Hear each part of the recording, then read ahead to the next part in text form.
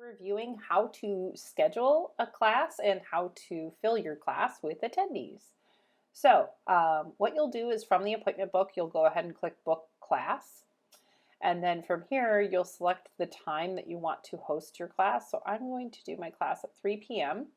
and I'm going to do let's say a jazzercise class, and I need to book 4 classes every 2 weeks.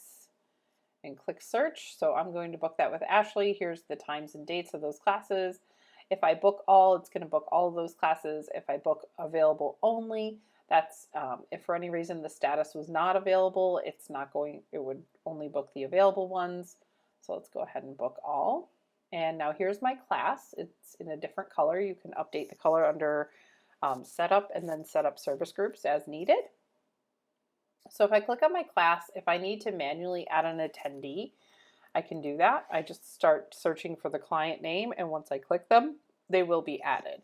I will have to apply a manual payment status, so when she checks in for the class, we'll go ahead and click check in, and just like all the other ways, we would click check out, and then it would show me her class, and I would apply that payment. Maybe she's paying cash for it. Click apply, and all set.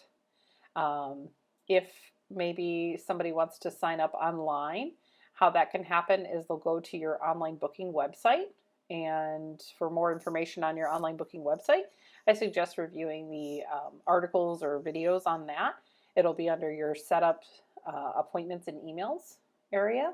So once a client logs in, they'll go ahead and click book class, and then they'll select the class, and they can select a specific worker and click search. So here's the jazzercise class for $10 with Ashley. If I click more info, it'll provide me any additional information on that class, and then click attend, and then I would fill out the information here. And then once I've filled in my credit card information, I'd hit book class, and then that will schedule the class here. And then I would be listed, and I'd be able to check in. Until I check in, it'll say pending deposit, and then it will show you a list of who's paid and who's pending. And in addition to that, let me go ahead and add someone else to the class. If everybody is present, I can also just use the check-in all category, and then it will check in everybody. So in-store payments would happen manually, and online payments are required in order to be entered into the class. It will also show you up here at the top any status information for that class, how many spaces are left, what the price is, how many max attendees, the time and date, the duration, and so forth. Thank you for watching, and have a great day.